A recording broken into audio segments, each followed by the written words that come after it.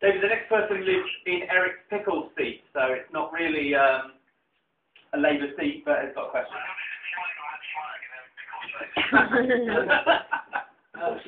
We try, we really do. Unfortunately, it's a big flag to get near Eric's pickle.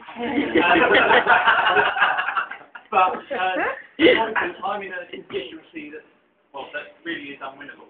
In a county where we've now lost all of our MPs, and as a party, our membership is falling fast. My kind of question is, how would you go about inspiring actually new membership in our winnable seats? Because it's our membership that does go out and does campaign in the winnable areas, especially around the county. We're more than happy to travel because we want to go somewhere where Labour can make a difference. But how would you? Brentwood and Ongar. So, one reason I'm passionate about a proportional representation of the House of Lords is that it would mean that Labour votes suddenly meant something all over the country. If you think about it, if you're living in a very Tory seat, but you're coming up to the general election in which proportional votes in the House of Lords suddenly are worthwhile as a reason to go into campaign. Secondly, we lost a lot of seats in Kent, and we now have Norwich Hall. We also lost a lot of council seats. I had a meeting in the Medway with Jonathan Shaw and some of us, but they are defeated candidates and activists. I think that the way to bring people back is to say, well, we're going to become the movement that opposes the things that are wrong about what the local council and the government are doing, and also try to fly the flag, so as you use the expression again, for rebuilding the sorts of communities that people want to live in. And they have a very, very big ask for people. I can see that. I think what my answer is to say that politics shouldn't be just about winning elections, and if you are living in an unwinnable area, then politics should be about debate, engagement, dialogue, discussion, but also about local campaigns that may not in the first instance be electoral. So if you're campaigning to save the streets in the way in which you're involved in neighbourhood budgets, then that's a campaign for progressive people to be engaged with. If you're campaigning for affordable housing rather than against it, as the Tories seem to do, that's a campaign for local people. And I think politics has got to be, electoral politics has to be born out of idealism and commitment and campaigning rather than the other way around. I take it, this is rather a quick bit.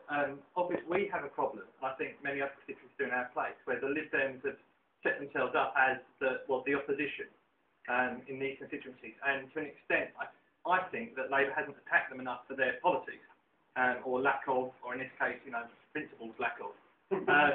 So how would you go about actually, well, I suppose it's easy enough, but actually genuinely taking on the Lib Dems locally, regionally and nationally? Well, I think, first of all, we're in a new game now, aren't we, with the Lib Dems? I mean, they are, I think I was going to say, the most infuriating people in the world because they generally almost guarantee their politics only in one part of the world, in one part of the country. They are political in another part of the country. I mean, they are completely unprincipled. Secondly, they ran this election to keep the Tories out. It's all their influence. And in the end, they put the Tories in. So I think we are in a new political environment. And I think that we have to respond in a pretty canny way. First of all, we have to absolutely blast them for the way they're part of an essentially Tory government. I try not to call them the coalition government. I call them the Conservative government with Liberal support. Because that's what happened. And anyone who saw David Law's sort of licking his chops today in the House Commons for the cuts he's making, knows that he's actually subcontracted himself to the Tory party. The second thing that we have to recognise that a lot of progressive-minded people ended up siding with the Lib Dems or voting for the Lib Dems because they felt that our brand of politics, our approach to politics, and some of the policies that we had just didn't register. And there are some things where I don't think we should be flipping over at our. From my own experience, CCTV is not a huge encumbrance on civil liberties. It's actually a great benefit to communities, and the Lib Dems are against it. I think we look more authentic and silly if we flipped around on it. So I think we have to be careful about that. But equally, I think that the truth is on political reform, for example, we allowed the steam to go out of our engine over the last 4 or 5 years, and I think Dems have exploited that mercilessly. And we've got to be people who are standing for a pluralist politics. Stop them exploiting that. I think the whole point, there are good community campaigners, and the Lib Dems can break in where Labour is complacent. And part of this argument that we've got to be a real movement in communities is that it's the best way to keep the Lib Dems out. Hello, David. I'm another one of those floating voters, probably deciding between you and your brother at the moment.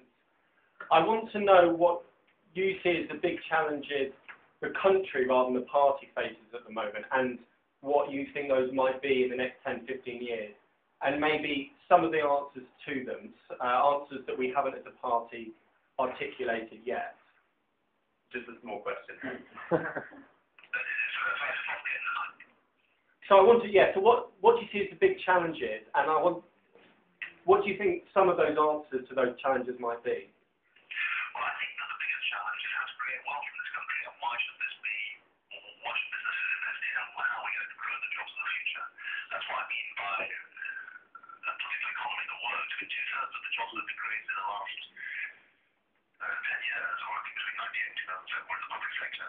In a way, that's an excellent reflection of the work that we were doing, and the fact that we've got more teachers, more doctors, and nurses, etc., and that's a good thing.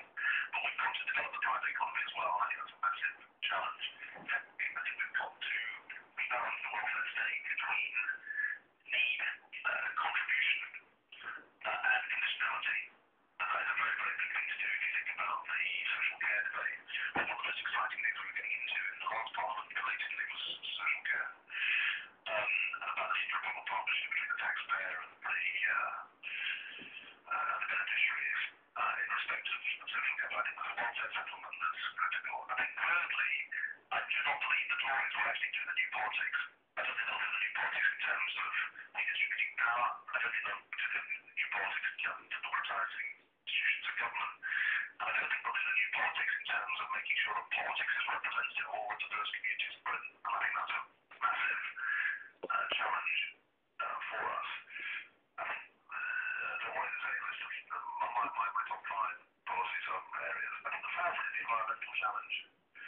If the welfare challenge is about inequality, I think the environmental challenge is about sustainability. One of the things I'm most proud of is being a solicitor who read the climate change bill, which then became the Climate Change Act, which sets emissions reduction targets between now and 2050. I think that, in truth, we have not yet internalized how radical a step that's going to be for the country. Our emissions have obviously gone down because we're in a recession, but that is not a sustainable basis on which to reduce our environmental footprint. I think the final area that I'm interested in, I think we're a country where we need to redistribute power.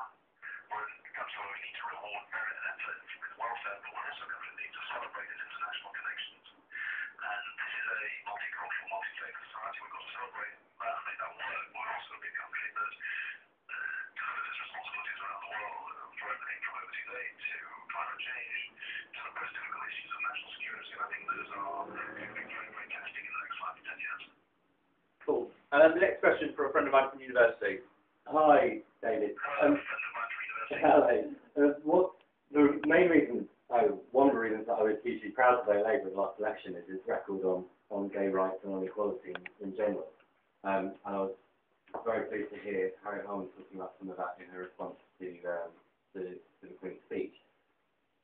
One of the reasons that I was very clear in deciding my vote was looking at our history and the voting record of the candidates on gay rights. And how do you think we can, I think over the last 13 years it's been incredible what we have done for equality, and how is that something that you think we can build on and make a case for in the party as we go forward?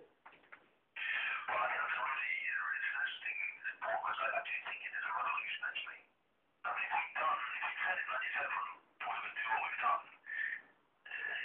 people have said that, 50 years. Now, my belief is that you have to change the law, but then not believe that the work is done, because you have to change culture as well, and the sort of risk feeling